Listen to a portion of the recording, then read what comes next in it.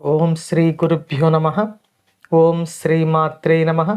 శ్రీ లలితా సహస్రనామ స్తోత్రంలోని 944వ నామం వజ్రిణి.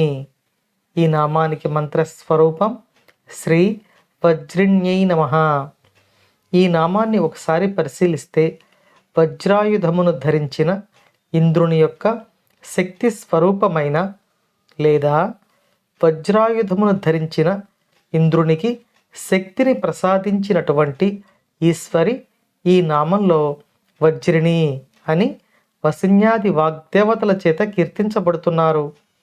ఇంద్రుని యొక్క శక్తికి సూచనగా అతని యొక్క వజ్రాయుధాన్ని మన పురాణాలు చెప్తాయి. ఆ వజ్రాయుధం యొక్క శక్తి శ్రీ లలితా పరమేశ్వరి అయి ఉన్నారు.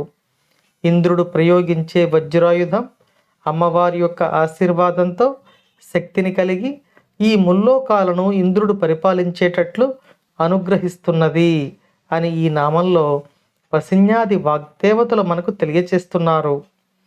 ఈ నామంలో ఇంద్రుడు అంటే దేవతల యొక్క రాజుగా మాత్రమే కాకుండా ఇక్కడ ఇంద్ర శబ్దం పరమేశ్వరుని సూచిస్తుంది అని మనం తెలుసుకోవాలి. పరమేశ్వరుని యొక్క ఆశీర్వాదంతో అనుగ్రహంతో మాత్రమే ఇంద్రుడు ఈ లోకాలను పరిపాలిస్తాడు.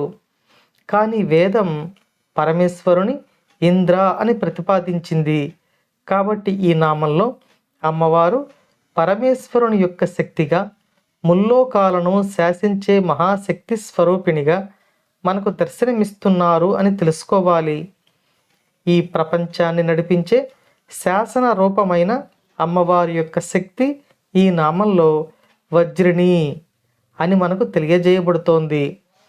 అమ్మవారి యొక్క వాక్కు రూపమైన ఆదేశమే, ఆమె యొక్క సంకల్పమే ఈ విశ్వం నడిచేందుకు అవసరమైన నియమాలను రూపొందించి ఈ విశ్వంలోని జీవులందరూ క్షేమంగా ఉండేందుకు కారణమవుతోంది.